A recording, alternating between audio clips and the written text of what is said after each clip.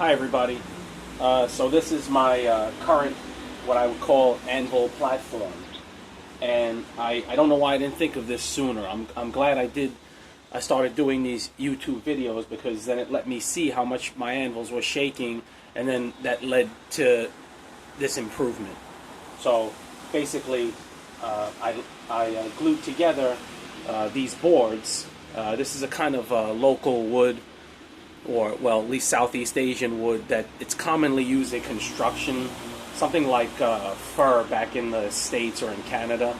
It's in Chinese, or at least here they call it liuan, and I've checked that, and it's some kind of a willow.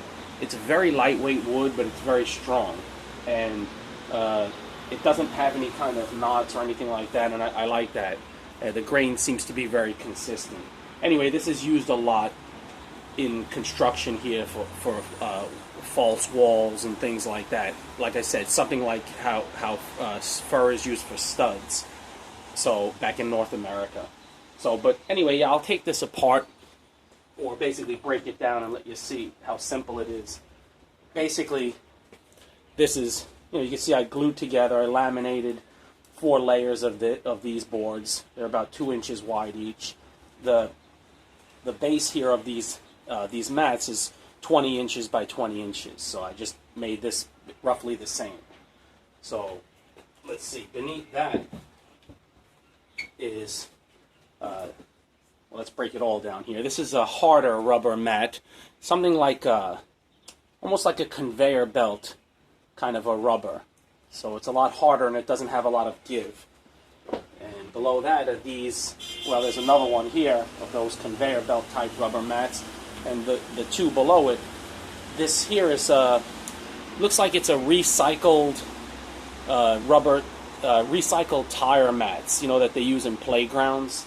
And this is very thick and it's very springy, but I find this really absorbs any vibration and sound really well. And where I'm at, I can't make too much noise, so I try to, I want to keep my hammering noise to a minimum. So this really helps. But this is another reason why my anvil will shake a little bit still, is because, well, I'll show you that in a little bit. But anyway, so yeah, one of these mats, and then beneath that, you can see at the very bottom, it's just this tile floor.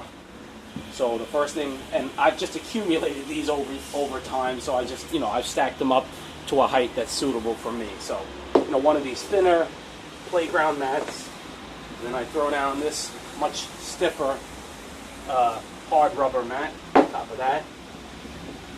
Kind of laminate these together. Then thicker playground mat.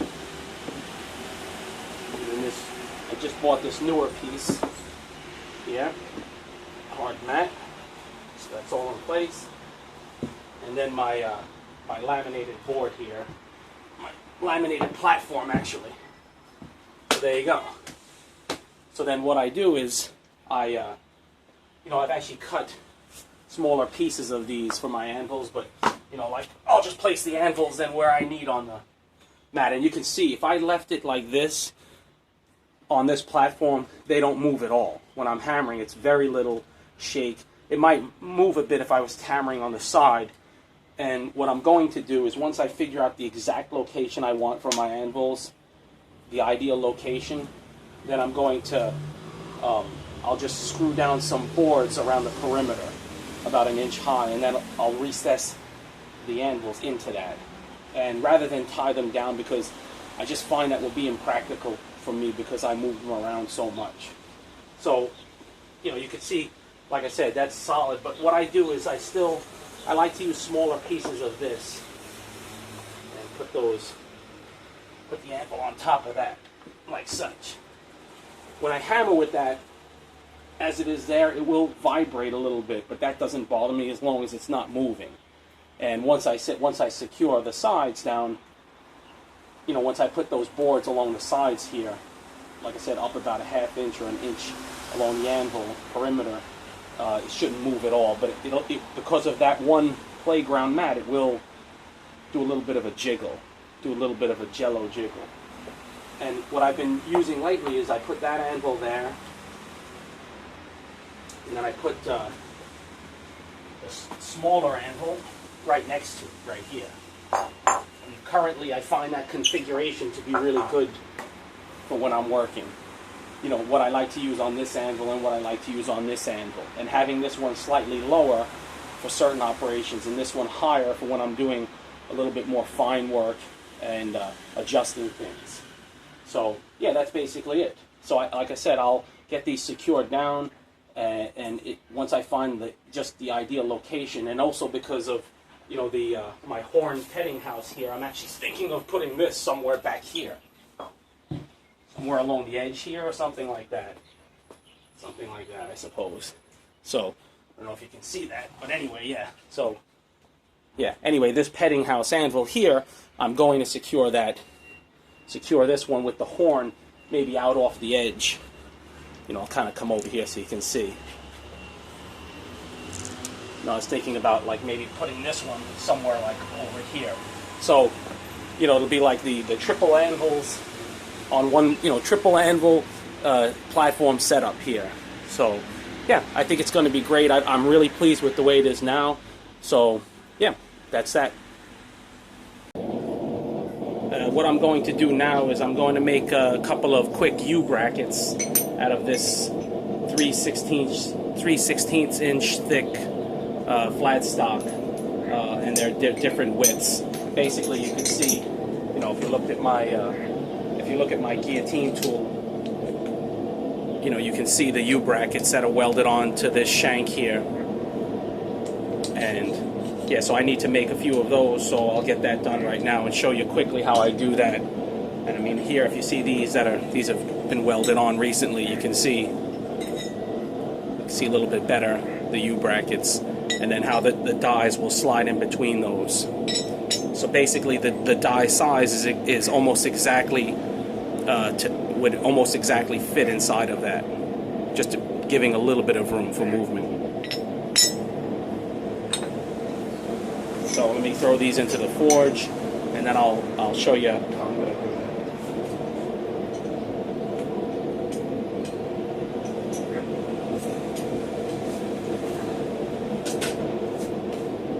that. Basically, I'm going to use another side of this anvil and let you see. So, and this is another reason why I probably don't want to have my anvils tied down, just because I do this so often. There, and I'll turn it this way so you can probably get a better angle to see that, maybe like that. So I'll use this recess right in here. You know, when I was making these and making them by hand, I found that it was hard to be consistent and to do them quickly. So I looked at my anvil and I thought, wow, that would be a good space if that would just fit perfectly the width of what I wanted. So what I did was I just took this piece of steel, this square that I ground down a little bit so it would fit just right, and that just sits there. And then I have these two simple tools. This is just a piece the same size as what the dies are, and this is just another piece that I've welded a handle onto to help me to form the U-brackets. So what I'll do is I'll set up one of those strips on here, and the size in between here now is exactly the die size plus 3/8, which would be 3/16 on each side, or maybe a little bit more. And so I'll set that piece of flat on there and then bang that into that recess. It'll probably take 2 heats to get it just right, but it comes out really well, and you know, I've had good success with that, with this method.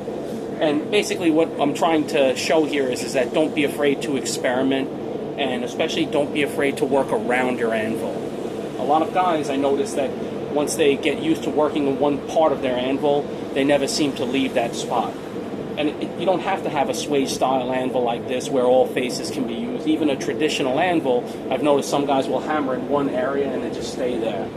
And maybe that's because they do the same thing again and again and again, I don't know. But I think it's good to work around your anvil and from different angles. And that's probably also good for your body as well.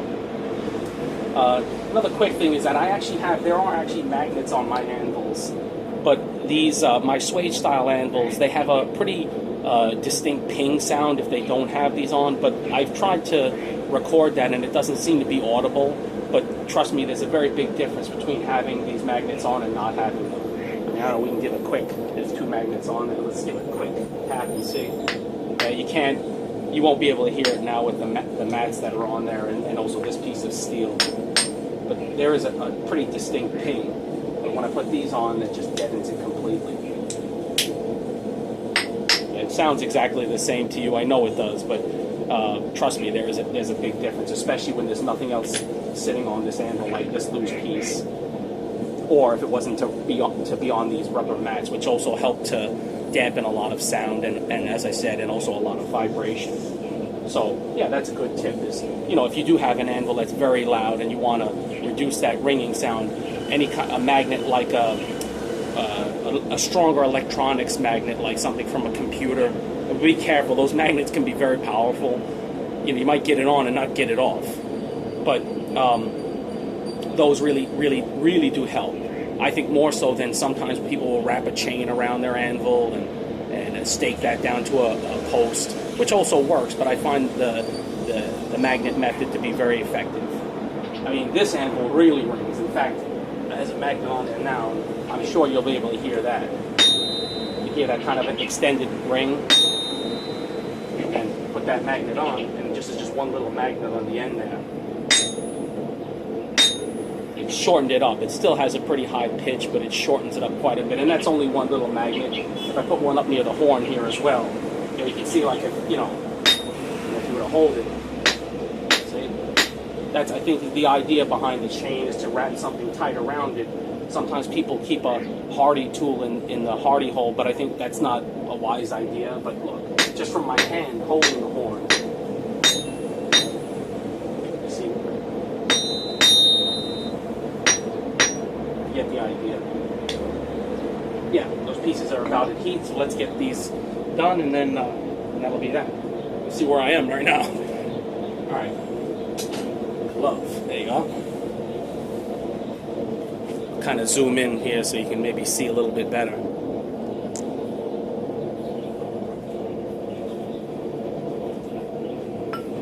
Always think while your metal is in the fire. And not to say, don't think about making videos. I mean, think about what you're going to do. It's very important. You have very limited time. When that metal comes out, it almost instantaneously begins to lose heat. So you always have to think when your metal is in the fire. Plan out your movements. Have things strategized. Don't have every tool that you need on hand and ready to go. Don't, everyone does this, that you'll pull a piece of metal out and say, hey, where's my hammer? And it's not where you usually expect it to be, or some other tool that you want to use. So it's another good tip.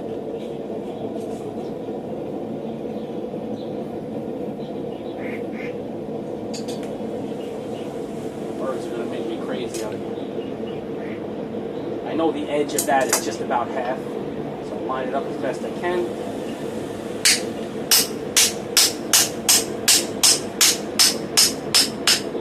This doesn't have to be exact at this point, because I just need the legs of this U bracket to come above this, and I know it will fit then, and I'll trim it off a little bit later on. Make sure I cool this down. These things seem to get really hot, so then it could almost be done, but I want to square it up more, so I'll put that in for another heat. Always try to remove this scale and stuff that's sitting on your anvil, because scale can be very hard and it'll imprint into your workpiece. So let's get this next piece here.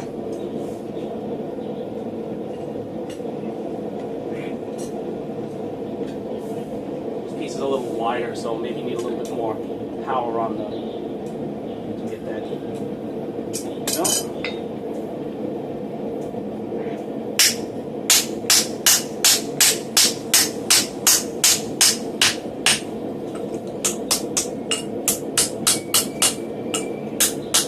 Again, the leg, I always tend to have this leg shorter than that, but it's fine because I just want it to be just a fraction beyond what this die is, so it's not a problem at all.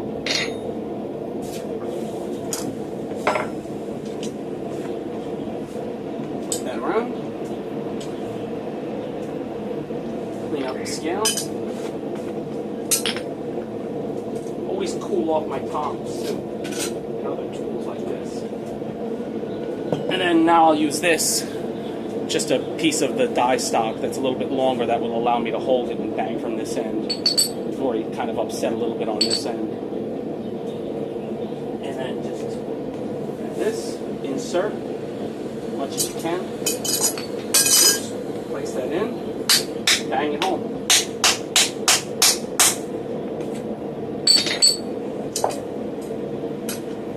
There you have it. Just about a perfect U-bracket. Sometimes one leg is shifted down or one is up, and I can easily adjust that on with the vise, just heat it up one more time, but this one seems to be pretty good. So that will work really well for the guillotine tool. Let's, I guess I'll finish up this last one here while you guys are still on the, still on camera time here. I don't know if you can hear it, but this bird, he's like plaintively calling to me to come and give him a cracker, but buddy, you're gonna have to wait. If it's not one thing, it's another. I don't know. I guess this is my, you know, I don't have kids, so I guess that's, you shouldn't complain too much.